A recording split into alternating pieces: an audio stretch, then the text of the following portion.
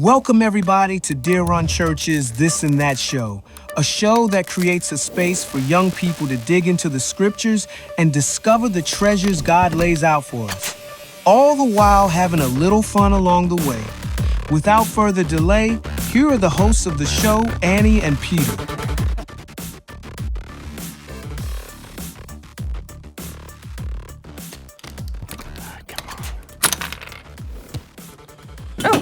Whoa, hey. This looks cool. Yes, it is supposed to be cool, except for the fact that I can't, for the life of me, get this thing to look like the ship that it has on the box here. Well, what about the instructions? Like, these boxes come with a lot of instructions, and they're very detailed and planned out. Yes, that's the problem. They look so detailed, it's overwhelming. And plus, I think I can do it by myself if I just focus my mind and look at the picture. But the thing is, I can't see what's on the other side sometimes. Yeah. You know what? Even though the instructions seem overwhelming, and usually it starts with like a piece like this and it ends up becoming a ship like that, they're very helpful. I think you're right. You know, like, it kind of reminds me of Noah almost. Oh, yeah. Because Noah had a specific set of instructions as well.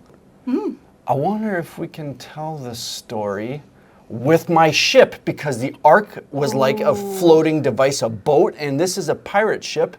Yeah. But the problem is, this is going to take me days. Yeah, it'll even take with forever. the instruction. Oh. I think I know. Yes, okay. Yeah. We got two special people that could do this for us. That's right. This is a little segment we like to call Intern Interval. Now it's time for Intern Interval.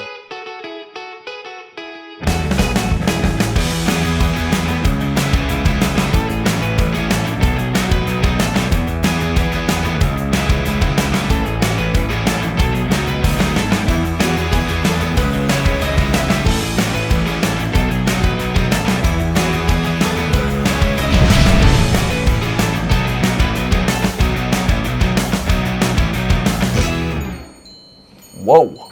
This is awesome. This is pretty awesome. Well, I guess we're gonna hook this puppy up here to my device that I've spent a long time calibrating to make any Lego creation come to life. No way. Have you tested this before? Never before, but What? what could go wrong? Lots? Here we go. Wow. Whoa. Where are we? I think we went a little bit too far this time. Just a little bit. Oh man, I look like a pirate. So do you. What? Oh my goodness. Arr, yo ho ho, and a bottle of carbonated water. Okay. Last week we started in Genesis, the very first book of the Bible. God created everything from the air we breathe to the animals in the ocean. His best creation? Us. God made people in his own image so we could have a relationship with him. But Adam and Eve chose their own way instead of God's way. That's called sin. And sin broke our friendship with God over time, and people kept choosing their way, not God's, except for one man named Noah. That's right. God looked at the world and saw violence, selfishness, and hate. But Noah loved and obeyed him. So God told Noah something huge. In Genesis chapter 6, 17 and 19, it said, I am going to send a flood to cover the whole earth, but I will make my covenant with you. You and your family will be safe inside an ark. Noah had to trust God's instructions to build this giant boat, longer than 2 airplanes. He didn't know when the flood would come, but he kept working for decades. Then God told him to bring 2 of every kind of animal in the ark and enough food for everyone. Noah had to trust that God would send those animals, and he did. Finally, in chapter 7, God said, go into the ark with your whole family.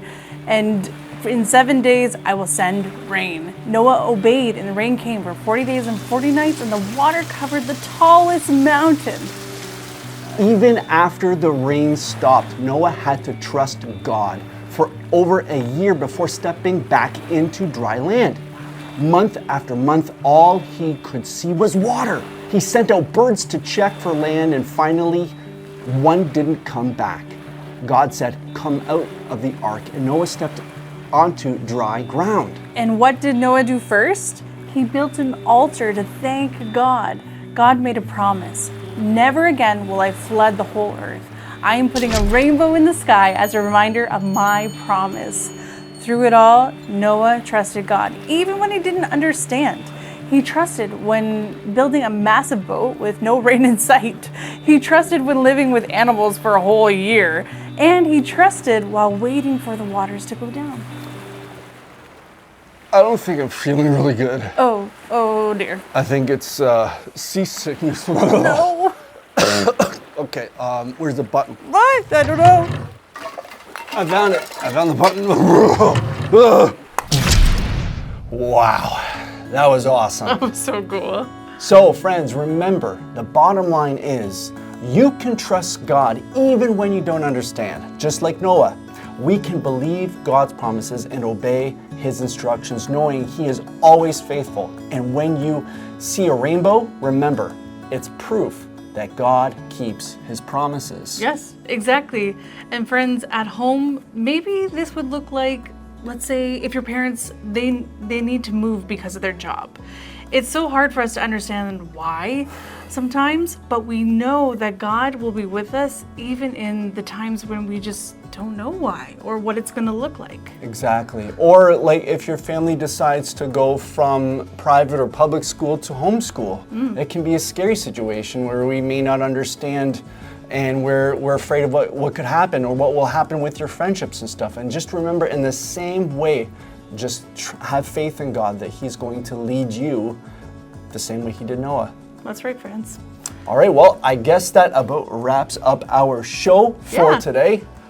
And I can't help but be curious and see if the interns can do anything about my hair situation. I wonder if they can give me a full head of hair. Oh my goodness. I hope they can. Here we go. Okay, nope, that's a bad idea. Nope.